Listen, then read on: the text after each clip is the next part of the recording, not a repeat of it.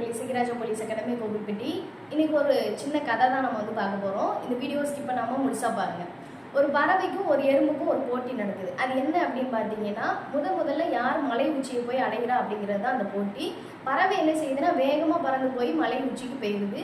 எறும்பு இப்போ தான் கொஞ்சம் கொஞ்சமாக நகர ஆரம்பிக்குது.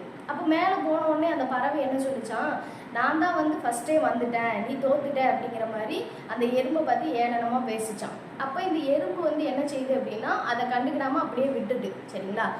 இதோட கதை முடிஞ்சதா அப்படின்னு பார்த்தீங்கன்னா, இப்போ தான் கதையே தொடங்குது. என்ன ஆகுது அப்படின்னா, கொஞ்சம் கொஞ்சமாக நகர்ந்து போய் அந்த எறும்பு ஒரு நாள் மலை உச்சிக்கு போகுது. மலை உச்சிக்கு போன உடனே அந்த எறும்பு பறவையை பார்த்து சொல்லுது, வெற்றி அப்படிங்கிறது எல்லாருக்கும் சமமானது தான். சில பேருக்கு அது சீக்கிரமாக கிடைச்சிரும், சில பேருக்கு அது தாமதமாகும்.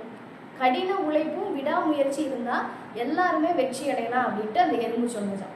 இந்த கதை மூலமாக நம்ம தெரிஞ்சுக்கிட வேண்டியது என்ன அப்படின்னு பார்த்தீங்கன்னா, இவ்வளோ நாள் நம்ம நிறைய அட்டம்ப்ட் எக்ஸாமில் கொடுத்துருக்கலாம், நமக்கு கிடைக்காம போயிருக்கலாம். ஆனால் இப்போ இருந்து நம்ம உழைக்க ஆரம்பித்தாலும் நிச்சயமாக நம்ம அந்த இலக்கை அடைய முடியும் அப்படிங்கிறதான் என்னுடைய கருத்து. இந்த வீடியோ உங்களுக்கு பிடிச்சிருந்ததுன்னா லைக் பண்ணுங்கள், ஷேர் பண்ணுங்கள், சப்ஸ்கிரைப் பண்ணுங்கள்.